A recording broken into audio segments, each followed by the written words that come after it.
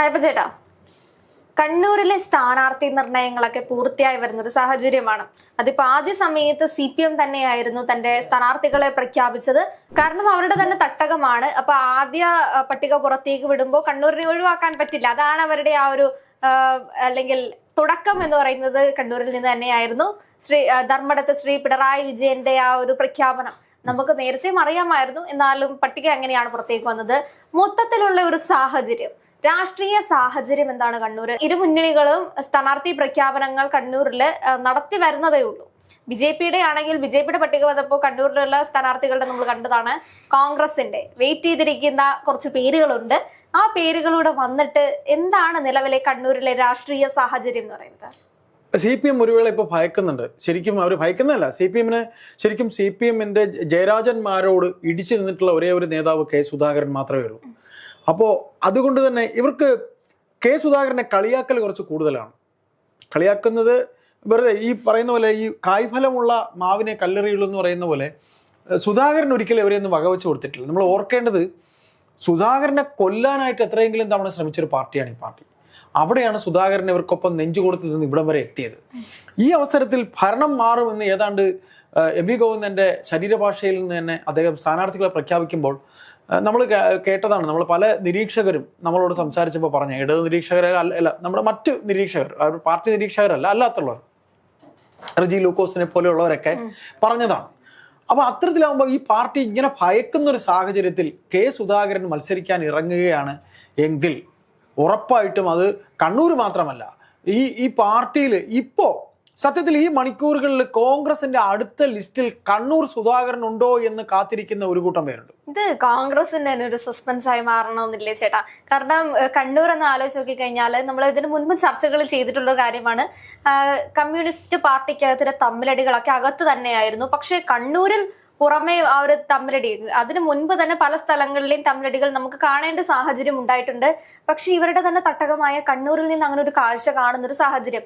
കണ്ണൂരിൽ വിമതരുണ്ടാകുന്നു, കമ്മ്യൂണിസ്റ്റ് പാർട്ടിക്കകത്തു നിന്ന് തന്നെ വിമതരുണ്ടാകുന്നു, അഭിപ്രായ വ്യത്യാസങ്ങൾ പൊതുവേദിയിൽ നിന്ന് തന്നെ തുറന്നു പറയുന്നു, ഞങ്ങൾ പ്രവർത്തിക്കില്ല എന്ന് ആഹ്വാനം ചെയ്യുന്നു, ഇരുപക്ഷം ചേരുന്നു. അതിപ്പോ രക്തസാക്ഷി ഫണ്ട് തട്ടിപ്പാണെങ്കിലും മറ്റ് ഈ സ്ഥാനാർത്ഥി പ്രഖ്യാപനങ്ങളാണെങ്കിലും എല്ലാത്തിനും അഭിപ്രായ വ്യത്യാസങ്ങൾ വന്ന് തുറന്നു പറയുന്ന ഒരു സാഹചര്യം.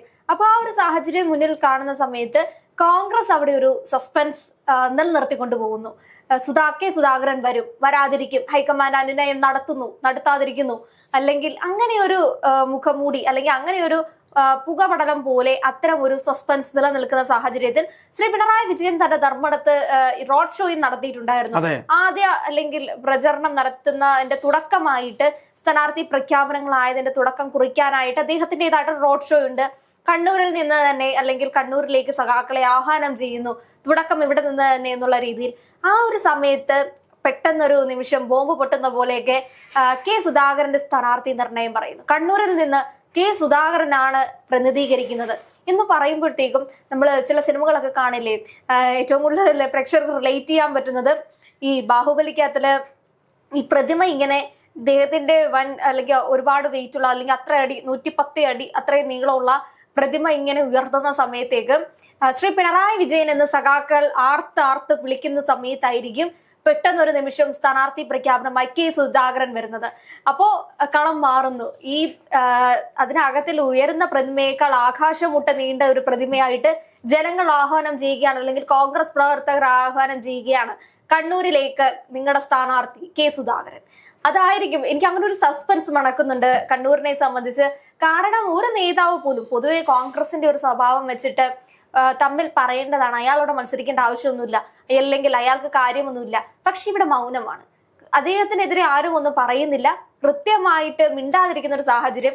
അതേപോലെ തന്നെ മാധ്യമങ്ങളാണ് ഇത്തരത്തിലുള്ള കാര്യങ്ങളൊക്കെ റിപ്പോർട്ട് ചെയ്യുന്നത്. കോൺഗ്രസിന്റെ ഭാഗത്തു നിന്നും അങ്ങനെ ഒരു നിലപാടുകളൊന്നും പറയുന്നില്ല. അതൊരു സസ്പെൻസ് ഒളിച്ചു വെച്ചിരിക്കുകയാണ്. പെട്ടെന്നൊരു നിമിഷം ഈ നെഞ്ചത്തെടുത്ത് വീഴുന്ന പോലെയൊക്കെ ശ്രീ പിണറായി വിജയൻ ഉൾപ്പെടുന്ന കമ്മ്യൂണിസ്റ്റ് പാർട്ടിക്ക് മുകളിലേക്ക് വീഴുന്ന ഇടുത്തിയാകുമോ K. സുധാകരൻ? അല്ല, തീർച്ചയായിട്ടും. ഇതില് നമ്മൾ മനസ്സിലാക്കാനുള്ള ഒരു കാര്യം എന്ന് വെച്ചാല്, കോൺഗ്രസ് പാർട്ടിയിൽ ശരിക്കും അണികൾക്ക് വേണ്ടിയുള്ള ഒരു നേതാവ് അത് K. സുധാകരൻ മാത്രമേ ഉള്ളൂ. അണികൾ പറയും, സുധാകരൻ ചെയ്യും. അണികൾക്ക് വേണ്ടി കോൺഗ്രസ് പാർട്ടിക്ക് പ്രവർത്തിക്കേണ്ടി വരും. അതാണ് K. സുധാകരൻ. അണികളുടെ നേതാവാണ്. അദ്ദേഹത്തിന് സീറ്റ് കൊടുക്കില്ല എന്ന് പറഞ്ഞ തീരുമാനം, ഇത് ജനാധിപത്യ പാർട്ടിയാണ്. ജനാധിപത്യ പാർട്ടിയിൽ എന്തിനാണ് ഇത്രയും വലിയ ബലംപിടുത്തം നടത്തുന്നത്? ഇത് സ്വാഭാവികമായി ചോദിച്ചു വന്ന ചോദ്യം. ഇത് ചിലപ്പോ ചേട്ടാ കണ്ണൂരിലേക്ക് സ്വാഭാവികമായി അങ്ങ് സീറ്റ് പ്രഖ്യാപനം നടത്തുകയാണ്. കെ സുധാകരൻ കണ്ണൂരിൽ മത്സരിക്കുന്നുണ്ട്. അതിനപ്പുറത്തേക്കും ഇപ്പോ ഇത് ആതിര പറഞ്ഞില്ലേ, ആതിര പറഞ്ഞ ഈ സംഗതി ഇത് തന്നെയാണ് കോൺഗ്രസിന്റെ സീക്രട്ട് എന്ന് വേണമെങ്കിൽ നമുക്ക് പറയാം. ഇതാണ് സീക്രട്ട് എന്ന് പറയുന്നത്. ഈ ഒരു ടെമ്പോ ക്രിയേറ്റ് ചെയ്യുന്നു, ഈ ഒരു ടെമ്പോ ക്രിയേറ്റ് ചെയ്യുന്നു. പോരാട്ടം നടക്കുന്ന ഇതൊരു ടെമ്പോയാണ്, ഈ ടെമ്പോ ക്രിയേറ്റ് ചെയ്യുന്നു. എന്നിട്ട് ഒടുവിൽ ഒരു വിസ്മയം പോലെ കണ്ണൂർ ഒഴിച്ചിടുകയാണ്. എല്ലാവരെയും മറന്നു. തലസ്ഥാനത്ത് കുറെ കാലമായി വർക്ക് ചെയ്ത് അവര് സ്ഥാനാർത്ഥി പ്രഖ്യാപനങ്ങളൊക്കെ നടത്തി. തിരുവനന്തപുരത്തെ പറയുന്നില്ല, കൊല്ലമില്ല, ആലപ്പുഴയില്ല, എറണാകുളമില്ല, കോട്ടയം, അല്ല മുഖ്യമന്ത്രിയുടെ നാട്, മുഖ്യമന്ത്രിയുടെ നാട് പാലക്കാട് പോലും ഇല്ല. സാധാരണ പാലക്കാടിനെ പറ്റിയിട്ടാണെങ്കിൽ ഇപ്പൊ വിജയ പ്രതീക്ഷയെ പറ്റി അല്ലെങ്കിൽ അങ്ങനെ വാനോളം പുകഴ്ത്തി പറയുന്ന ഒരു സാഹചര്യത്തിൽ നിന്നും എല്ലാവരും കണ്ണൂരിലേക്ക് മാത്രം ശ്രദ്ധിക്കുന്നു. എല്ലാവരും ആ ഒരു ഒറ്റ നേതാവിലേക്ക് മാത്രം ശ്രദ്ധിക്കുന്നു. അതൊരു പ്രത്യേകത തന്നെയാണ്. ബാക്കി ഒരു ലോക്കൽ ബോഡി ഇലക്ഷനൊക്കെ ശേഷം ലെജിസ്ലേറ്റീവ് അസംബ്ലി അല്ലെങ്കിൽ ആ ഒരു ലെജിസ്ലേറ്റീവ് ഇലക്ഷൻ വരുന്ന സമയത്തേക്ക് എല്ലാ മണ്ഡലത്തിലെയും സ്റ്റാർ കാൻഡിഡേറ്റിനെ പറ്റി സംസാരിക്കുന്ന ഒരു വേളയിൽ ഇതാ എല്ലാവരും ഒരാളെ പറ്റി സംസാരിക്കുന്നു, കെ സുധാകരനെ പറ്റി സംസാരിക്കുന്നു. അല്ലെങ്കിൽ വാർത്താ മാധ്യമങ്ങൾ നോക്കു ചേട്ടാ, എല്ലായിടത്തും കെ സുധാകരന്റെ പേര് മാത്രം വരുന്നു.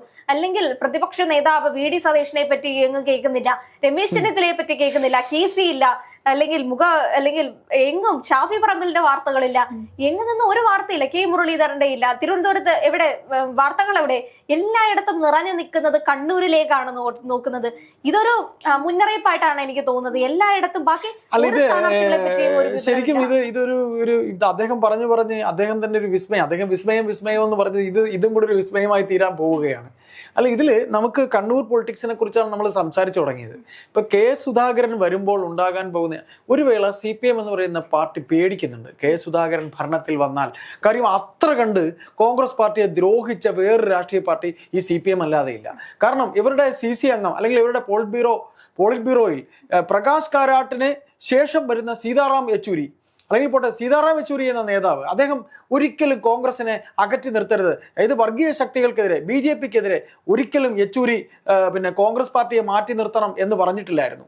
അവിടെ CCയിൽ ഈ കേരളത്തിൽ നിന്നുള്ള കുറെ സഖാക്കൾ, അവരുടെ ഭാഷയിലെ സഖാക്കൾ ചെന്നിരുന്നാണ് ഈ പറയുന്ന രീതിയിൽ കോൺഗ്രസിനെ ഏറ്റവും വലിയ ശത്രുവായി കണ്ടിരുന്നത്.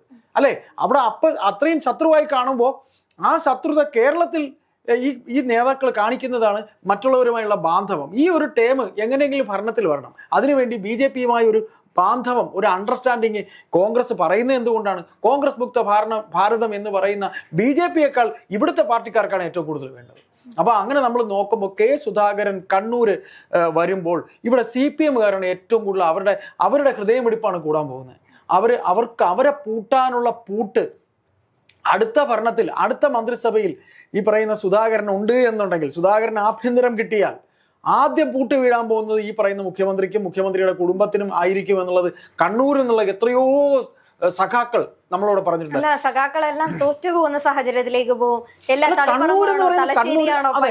ഇപ്പൊ തളിപ്പറമ്പ് പറഞ്ഞു, തളിപ്പറമ്പിൽ നമ്മൾ അതുകൂടെ പറഞ്ഞിട്ട് ഈ സംസാരം അവസാനിപ്പിക്കാം. തളിപ്പറമ്പില് ഈ പറയുന്ന സഖാവ് TK ഗോവിന്ദൻ, ഈ TK ഗോവിന്ദൻ എന്ന് പറഞ്ഞാൽ ഗോവിന്ദ മാസ്റ്ററോടൊപ്പം തന്നെ ഈ അദ്ദേഹത്തിനോടൊപ്പം തന്നെ ഒരു ഏരിയ കമ്മിറ്റിയിൽ അംഗമായിരുന്നതാണ്. അദ്ദേഹം ഈ പ്രായത്തിൽ അദ്ദേഹത്തിന് മത്സരിക്കാനുള്ള സ്ഥാനമോഹിയാണ് എന്നൊക്കെയാണ് ഈ പറയുന്ന ജയരാജന്മാരൊക്കെ പറയുന്നത്. ഈ പാർട്ടിയിൽ എന്തിനാ അഴീക്കോട് ഇപ്പൊ മത്സരിച്ചിരിക്കുന്ന സുമേഷിനെയൊക്കെ നിങ്ങൾക്കറിയാം. അഴീക്കോട് ഈ നികേഷ് കുമാർ കിണറ്റിലിറങ്ങിയ തോറ്റുപോയ അഴീക്കോട് ജയിച്ചിരിക്കുന്ന സുമേഷ് പോട്ടെ, രാജേഷ്, TV രാജേഷ്, ഇവർക്ക് തന്നെ പാർട്ടിയിൽ എത്രയോ ജൂനിയറാണ് ഈ ഗോവിന്ദനെക്കാളും, TK ഗോവിന്ദനെക്കാളും. എന്നിട്ട് തളിപ്പറമ്പില് ഞാൻ ഈ തളിപ്പറമ്പിലൊക്കെ പോയിട്ടുണ്ട് കേട്ടോ. ഒരു വികസനം തലശ്ശേരിയോ തളിപ്പറമ്പോ ഈ കണ്ണൂരിൽ നിന്ന് ഇത്രയും സഖാക്കൾ ഈ സംസ്ഥാനം ഭരിക്കുന്ന മന്ത്രിമാരായിരുന്നിട്ട് ഒരു നല്ല റോഡ് ഉണ്ടോ എന്ന് പോലും സംശയം. സത്യത്തിൽ ഞാൻ അതിശയിച്ചു പോയി. നമ്മൾ ഈ തിരുവനന്തപുരം നഗരത്തിൽ നെടുമങ്ങാട് എന്നൊക്കെ പറയുന്ന ഞങ്ങളുടെ ഗ്രാമപ്രദേശമാണ്, അവിടെയൊക്കെ പിന്നെയും ഒരു ഭംഗിയുണ്ട്. സത്യത്തിൽ തളിപ്പറമ്പൊക്കെ കണ്ടു കഴിഞ്ഞാൽ മൂക്കത്ത് വിരൽ വെച്ചു, ഇത്രയ്ക്ക് വികസനം മുരടിച്ചൊരു സ്ഥലമാണെന്ന്. കാര്യം ഇവർക്ക് എന്ത് ചെയ്തെന്ന് നമുക്ക് ഇവിടെ കിട്ടുന്നില്ല. ആ തളിപ്പറമ്പിൽ വനിതാ സംവരണം എന്നാണ് ആദ്യം പറഞ്ഞത്. എന്നിട്ട് രണ്ടാമത് ഭാര്യയുടെ പേര് ഒറ്റയ്ക്ക് പാനൽ ഉണ്ടാക്കി വെച്ച്. അപ്പൊ ഈ മനുഷ്യൻ ചോദിക്കുന്നതിൽ തെറ്റുണ്ടോ? TK ഗോവിന്ദൻ അദ്ദേഹത്തിന് എന്താ കാര്യം? ഇവരൊക്കെ സ്ഥാനമോഹികളാണല്ലോ. നമ്മൾ പെട്ടെന്ന് കോൺഗ്രസ് വിഷയത്തിൽ നിന്ന് CPMലേക്ക് വന്ന കണ്ണൂർ പൊളിറ്റിക്സ് ആയതുകൊണ്ടാണ്. അതെ, കണ്ണൂർ പൊളിറ്റിക്സിനകത്ത് തന്നെ ഇപ്പൊ സ്ഥാനാർത്ഥി നിർണയങ്ങളിൽ കണ്ണൂരിൽ അതൃപ്തി വരുന്നത് ആദ്യമായിട്ടാണ്. ബാക്കി എവിടെ അതൃപ്തി വന്നു കഴിഞ്ഞാലും കണ്ണൂരിൽ അങ്ങനെ ഒരു ഞാനൊരു കാര്യം ചോദിക്കട്ടെ, ഈ കമ്മ്യൂണിസ്റ്റ് പാർട്ടി ഓഫ് ഇന്ത്യ മാർക്സിസ്റ്റിന്റെ പിന്നെ സങ്കേതം അല്ലെങ്കിൽ പാർട്ടി എന്ന് പറയുന്ന കണ്ണൂരാണെന്ന് പറയുന്നവരാണ് ഇവര്, അല്ലെ? നമ്മൾ തെക്ക് നാട്ടിലുള്ള ബാക്കിയുള്ള പാർട്ടി പ്രവർത്തകരൊന്നും പാർട്ടി പ്രവർത്തകരല്ല എന്ന് പറയുന്നതാ. മുഖ്യമന്ത്രി വന്നാൽ അത് കണ്ണൂരിൽ നിന്നായിരിക്കണം അല്ലേ? ആകെ വന്നത് ആരായിരുന്നു? ഒരു VS അച്യുതാനന്ദനാണ് ആലപ്പുഴക്കാരനായിട്ട് മുഖ്യമന്ത്രിയായത്. അപ്പൊ ഇവർക്ക് നാണമില്ല ഇങ്ങനെ തമ്മിലടിക്കാനായിട്ട്. ഈ TK ഗോവിന്ദൻ പറഞ്ഞ ഒരു തെറ്റുമില്ല. ഈ ശ്യാമള ഭർത്താവ് മാറിയാലുണ്ട് ഭാര്യ നിൽക്കുവോ? ഇത് ഏത് പാർട്ടിയാ? അപ്പൊ അതിലൊന്നും ഒരു തെറ്റുമില്ല അദ്ദേഹം പറഞ്ഞില്ലേ. പാർട്ടി സീറ്റ് പോലെ കുടുംബ സീറ്റ് കുടുംബ വാഴ്ചയാണോ? എന്നിട്ട് പറഞ്ഞു KK രാഗേഷ് പഠിപ്പിക്കുക ആ പാർട്ടി എന്താണെന്ന്. ഇവർക്ക് എന്താ? അപ്പൊ ഇതിൽ നിന്ന് മനസ്സിലാക്കാനുള്ള ഇത്രയേ ഉള്ളൂ.